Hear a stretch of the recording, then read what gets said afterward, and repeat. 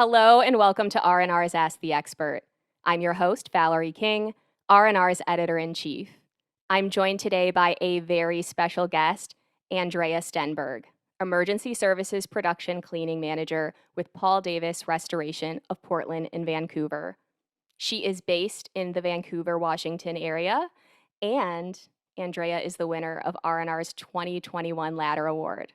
That is our annual award honoring outstanding young restoration professionals under 35 years of age.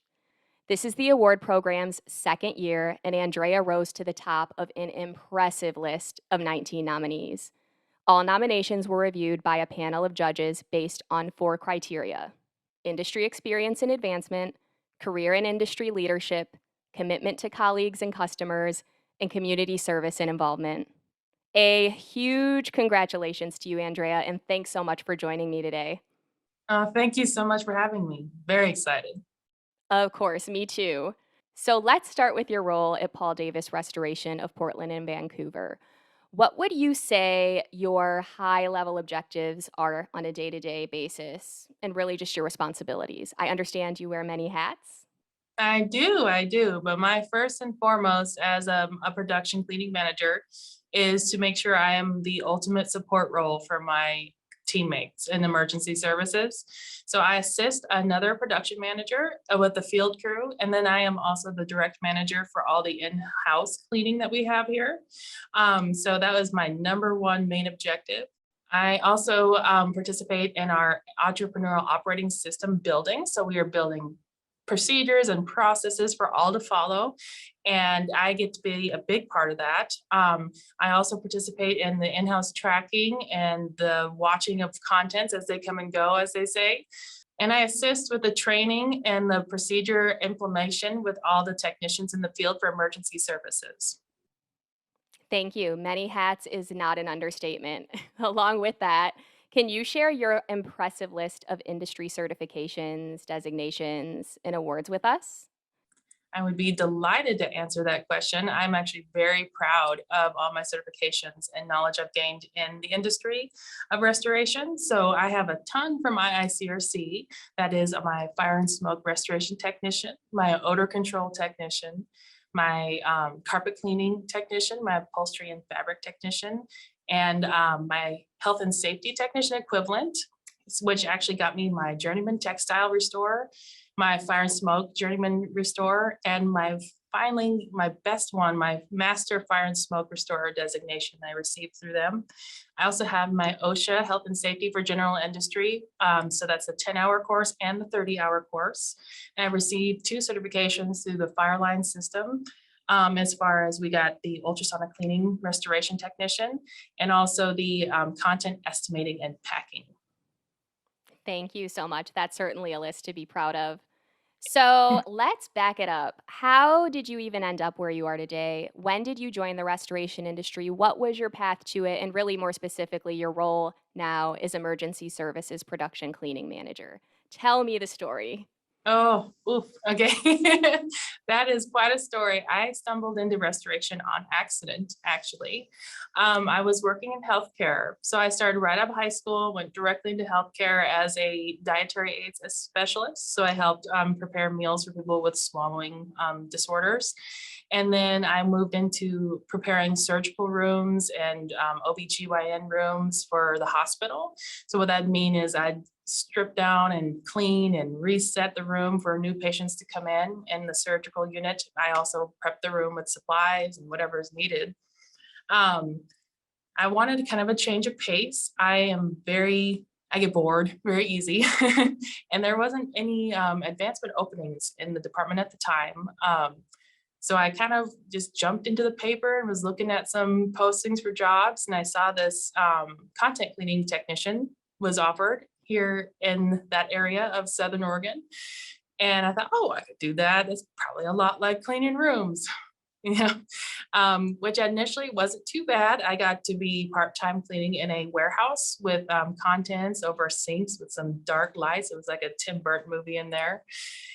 And I got to start going out and cleaning homes for post-construction clean, so dust and debris and whatnot. We had got a large amount of fires in one day, and they were like, "Hey, would you mind helping out our fire crews?" I said, "No, I will absolutely go out there. I've never seen a fire in person like that size." And I was hooked immediately. Everything about it, from what we're cleaning, what we're using, the systems involved, it was like I felt like a chemist, mixing all the cleaning solutions to create something that would take smoke and fire out, and using all the different tools and all the different methods. I was like, oh, this is so cool. I cannot go back to just basic cleaning ever again. So I started advancing in that as a crew lead, but I kind of wanted more. I loved my manager, but I felt like he could probably use somebody who knew a little bit more about what we're doing here. I read every single book they had in the whole building. Wow. And getting more and more, they're like, wow, like, we're going to invest in her and give her some certifications because she shows a strong interest in fire and smoke. So I kind of started there, and I just never stopped. I just kept reading more and getting more certifications. And it wasn't always easy to talk them into give them to me. But once they did, I made it worth their while because I want to know how to do everything. And I'm just so fascinated with the whole world. What a great story of stumbling onto something that you have totally, totally, totally excelled in. Thank you. So, I have a sense of what areas of restoration you may consider your specialty areas, but I'm going to ask, what would those be? What would you consider your specialty areas? Is fire maybe among that list? Oh, yeah, top of the list, and it's purely based on interest and experience. So it was my first area of just the most amazing interest. I thought it was the coolest thing I've ever done in my life, and I got every credential I could get, that they would offer. So yeah, I'm actually got designated this last year as a master fire and smoke restorer through the IICRC, which was a huge Congratulations. so much. I was like, bucket list, it's just such a good thing. And I get to deal a lot with odor control as well with that. So I will not only do fire and smoke, I will also do if you got skunk, if you got trauma loss. I'm your go-to for anything odor related these days. Very good to know. So, Mhm. similarly, but not the same, what aspects of your work do you enjoy most and why? My favorite aspect of restoration is definitely just the ability to put someone from a trauma state into a recovered state. Watching my team grow around me is also a huge aspect of what I like to see. I like to be able to pass my knowledge on to people and watch them grow and see them succeed and become very confident and happy and learned into this industry. Because a lot of people, they don't have that opportunity. Once I came to Paul Davis, actually, I was shocked how amazing the restoration industry is with different ways of becoming specialists and getting really good at something and never being able to know enough about it. So it's such a great aspect of restoration that there's so many things to learn, and there's a lot of people who want to learn it. Very good. So, on to projects. Gotta love those stories. Is there a most memorable project that stands out in your mind? And if so, what did it entail? Why is it so memorable to you? Gotcha. Actually, I had just moved here into Vancouver, Washington area about 5 years ago. And when I transferred into restoration from Oregon to Washington, I had noticed that they didn't have the same exact training program that we had down there. And I didn't exactly want that one, but I didn't see any of them that were very solid in this industry up in this area. So I started making a modular training. A lot of people learn in a lot of different ways. And what I've noticed is that they kind of stick with, PowerPoint, or they stick with manuals, or they'll just kind of show you on the fly on the field. And I wanted to do all of that at once so that I could capture all of my audience. So when I first moved here, I started building a training module for pack out for contents. And I was just so thrilled when the company was like, "Oh, that's wonderful. We want you to keep doing that." And I was able to complete 3 or 4 of these modules in, about a year's span, and I can still see them used today, so I'm super proud of that. Wow, that's amazing. Just like that was, of course, not at all a part of your job description. I'm taking it, right? That was just you taking initiative and going the extra mile, right? Yes. That's amazing. Thanks for sharing that. So that's the perfect segue into the topic of growth I want to ask you about, which is so critical to the Ladder Award. First off, I read that you are quote unquote addicted to skill building. I've heard Yes. that echoed throughout our conversation so far. Can you elaborate more on this addiction to skill building? So you're right. I've kind of tiptoed around the subject, but it's true. I get bored and I need to be stimulated. And when I say bored, that's a very broad word for me. As far as I've never been in a job in this industry that's boring. I mean, when you are dealing with people who are dealing with traumatic losses, anywhere from a burnt potato on the stove to losing their entire home to something, it's never boring in that aspect. But I like to be mentally stimulated as often as possible. So I am always training in something and studying something. My latest and greatest is I'm taking OSHA classes and I'm trying to learn Spanish, which is going to be amazing once I learn it. Wow. But I need to be able to continuously grow in that aspect. Very good. So, building on that, what would you say are some key ways you've elevated your own knowledge and skill set in addition to, learning a new language and the OSHA stuff you just listed? Yes.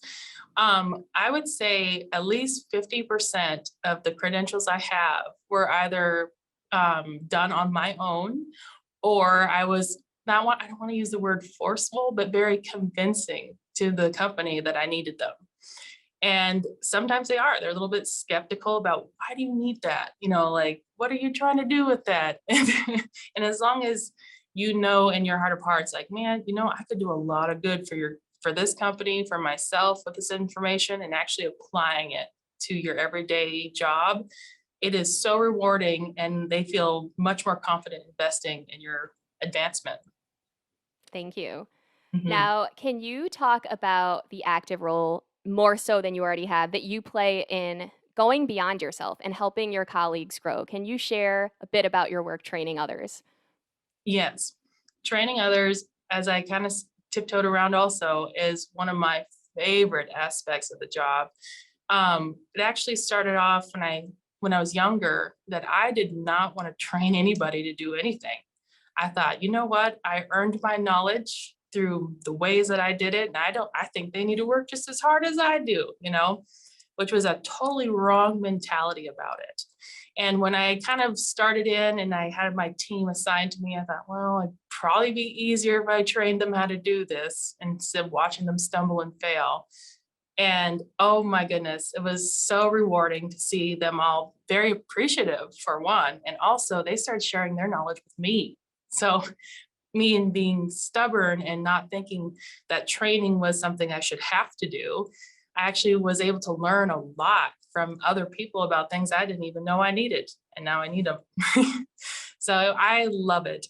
Training others is very rewarding, whether they have anything to offer you or not. It is such a good way to get a foundation for yourself because you cannot elevate anywhere without it.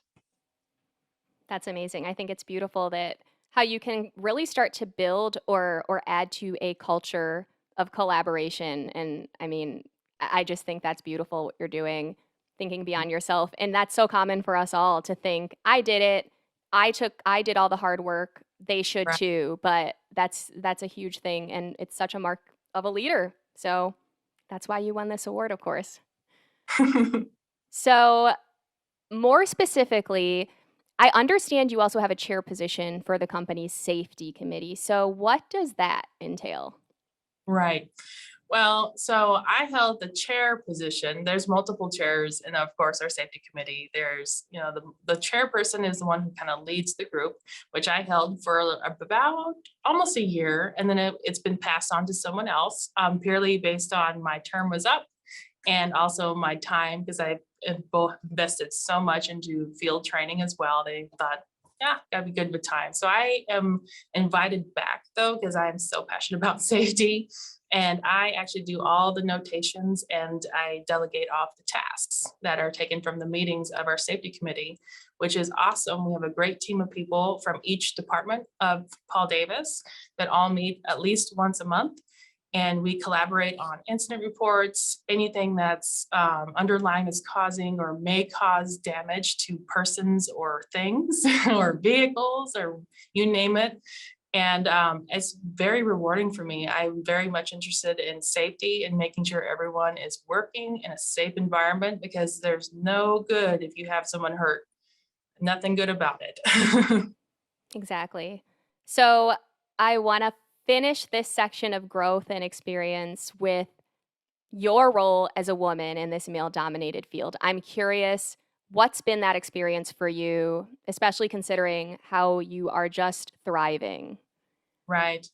Well, as much as I'd love to be able to tell you, oh, it was a piece of cake and there was no biased opinions ever, that's a total lie. It was difficult sometimes there's an underlying point sometimes where you almost have to prove yourself that you can handle the role more so than someone else might be able to handle it. And it does have that moment throughout since about 2014 when I started, when they're like, now, why should we make you a project manager? Like, what do you have to offer as a female, versus this male over here, that is clearly qualified for it? Because it doesn't matter sometimes as far as whether your credentials are exactly the same. Sometimes you have to prove that you can even one up from there to kind of advance at times, which is kind of rough. But with that said, as I've progressed over the years until 2021, I think it is now, losing track of the years here, I noticed that this is becoming less and less of a thing, which is so wonderful that I don't have that moment where I'm standing in a room full of men, 30 plus, and being like, you should choose me, to lead you because of this. And this is what I'm going to do to prove it to you. Just based on your experience, based on your knowledge, based on what you've done and accomplished, I've noticed we're starting to see more advancement for females without any regard to gender. That's great to hear that you're very optimistic about the future where we're headed, and it's only getting better for women in, let's face it, still a very male dominated field. Thanks Yes, it for is. sharing that for sure. So, as we near the end of the interview, I cannot let you go without gleaning key takeaways for others in restoration. So, first, what would you say is the biggest career related lesson you've learned up to this point? Oh man, that is hands down. Do not focus on perfection. Perfection is your worst enemy in restoration. It'll hold you back, it'll hold you down, it'll isolate you. Accept that it was good enough and accept that you don't have to be perfect. So I've seen many great people just crumble under the pressure of perfection. And it's just not necessary to be successful, to be accepted. I would say just ignore that perfection expectation, because there's nothing perfect about restoration. In fact, there's really no such thing as perfect in any industry. So I've seen many people that are trying and I want to get 100% on every test, and I want to get 100% on all my reviews, and then crumble when they get that 80%. And that's your worst enemy. And you want to aim for perfection, but never always need it. So well put. I'm sure a ton of people listening and watching will relate to that. I know I can. I've struggled with that. So great advice. Thanks for sharing. More advice. What advice do you have for young people considering a career of their own in restoration who aren't yet a part of the industry? Right. It is rough, especially now, this day and age where there are so many job options. You're thinking, man, why would I work for restoration instead of Subway, instead of the Minute Market? Um, I want to say this: restoration is a very rewarding and very high level experience from start to finish. Even from the entry level position, you're walking into people's lives when they're going through a trauma. You're seeing things that not everyone sees in their entire lifetime.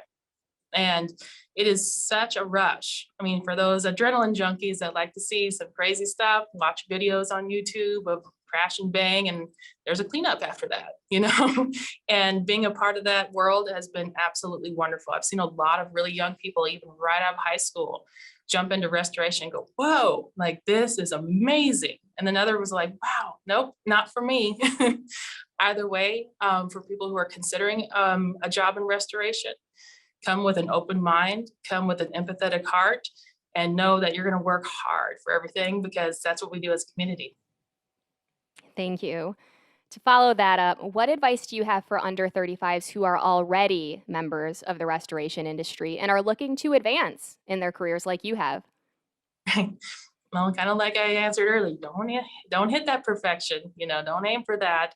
As far as I know, a lot of people are waiting for the right time or Mm. kind of holding back a little bit because they want to know, am I ready? Am I old enough? Because they're looking at someone next to them who are 40, 50 years old.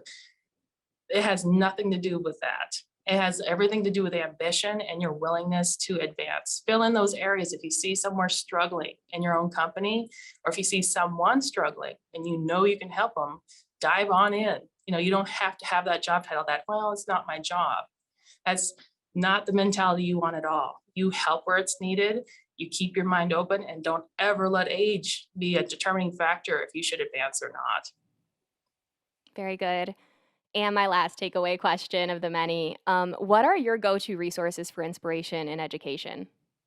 Excellent question. I have the most boring answer for you.